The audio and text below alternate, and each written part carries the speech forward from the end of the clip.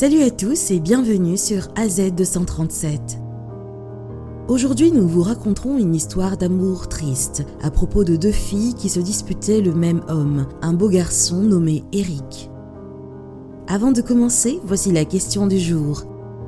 Pour me respecter, il faut me donner. Pour me donner, il faut m'avoir. Qui suis-je ? Donnez-nous votre réponse dans les commentaires. La réponse exacte vous sera donnée à la fin de la vidéo. N'hésitez pas à liker la vidéo pour nous encourager et si vous êtes nouveau sur la chaîne, abonnez-vous et activez la cloche de notification pour ne manquer aucune de nos prochaines vidéos.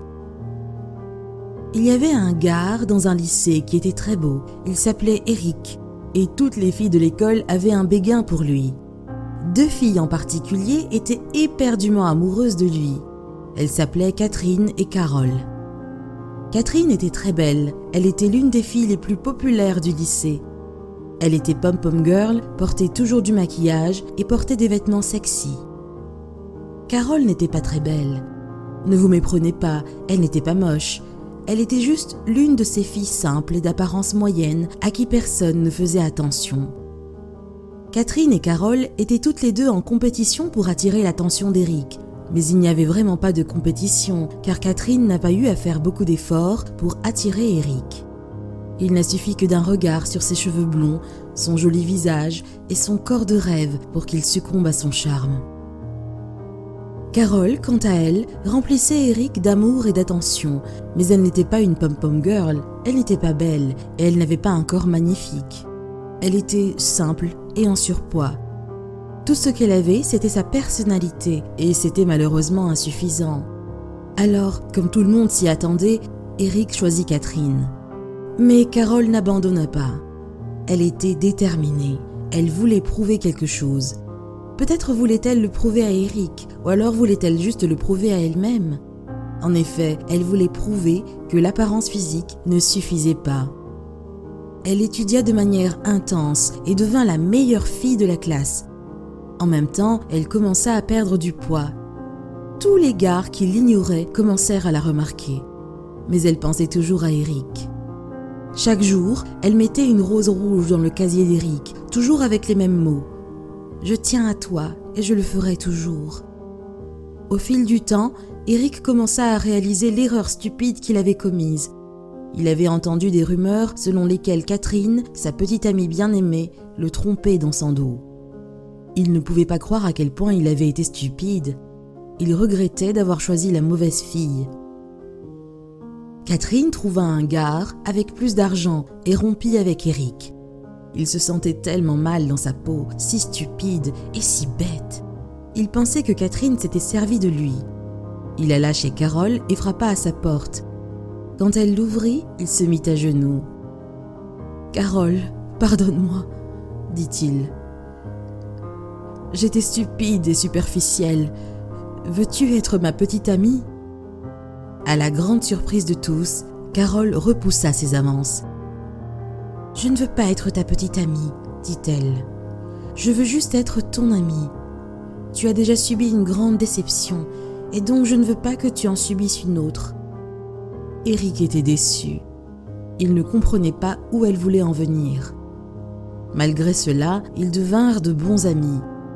À partir de ce moment, Carole et Eric traînaient ensemble tout le temps. Ils faisaient tout ensemble.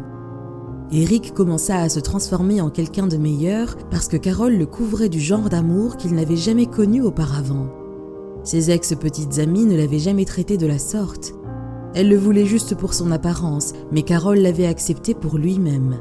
Elle le changea. Carole continua de mettre une rose rouge dans le casier d'Eric. Elle le faisait tous les jours, toujours avec les mêmes mots. « Je tiens à toi et je le ferai toujours. » Un jour, Carole ne se présenta pas à l'école. Elle s'absenta pendant 1 semaine complète. Eric pensait qu'elle était en vacances avec sa famille. Mais un jour, il reçut un appel de l'hôpital local lui disant que Carole était sur le point de mourir. Il fut choqué et horrifié. Il s'est avéré qu'elle souffrait d'un cancer du pancréas. C'était la raison de sa perte de poids dramatique. Carole savait qu'elle était malade depuis longtemps, mais elle n'avait rien dit à Eric parce qu'elle ne voulait pas qu'il s'inquiète pour elle. Mais maintenant qu'elle était à la porte de la mort, vacillant au bord de l'éternité, tout ce qu'elle voulait, c'était voir Eric une dernière fois.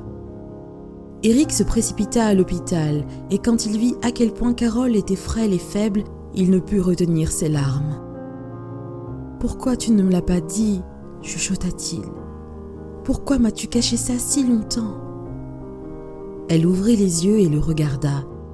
Puis elle sourit faiblement et dit « Je t'ai dit que je ne voulais pas que tu subisses une autre déception.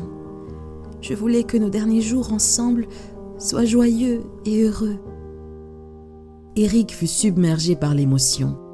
« Tu ne peux pas me quitter. Que serais-je sans toi ?» « Tu sauras exactement qui tu es maintenant, » répondit-elle. « Je serai toujours là à tes côtés. N'oublie jamais le temps que nous avons passé ensemble. Vis ta vie avec bonheur. Et encore une chose. »« Oui, » dit-il. Avec son dernier souffle, elle chuchota. « N'oublie jamais que je t'ai aimé. » Elle ferma les yeux pour toujours. Eric tomba à genoux et cria. Il ne pouvait pas accepter le départ de Carole. Ils n'avaient passé qu'1 mois ensemble, mais en 1 mois, Carole l'avait changé. Elle avait changé sa vie d'une manière dont personne ne pourrait jamais expliquer. Il avait tellement de regrets. Tout ce à quoi il pouvait penser était le temps qu'il avait perdu. Combien de temps il aurait pu passer avec elle ? Le lendemain à l'école, quand il ouvrit son casier, il trouva une rose rouge avec les mots « Je tiens à toi et je le ferai toujours ». Parfois, nous n'apprécions pas les gens qui prennent vraiment soin de nous tant que nous ne les perdons pas. Ensuite, après leur départ, il ne nous reste plus que nos regrets.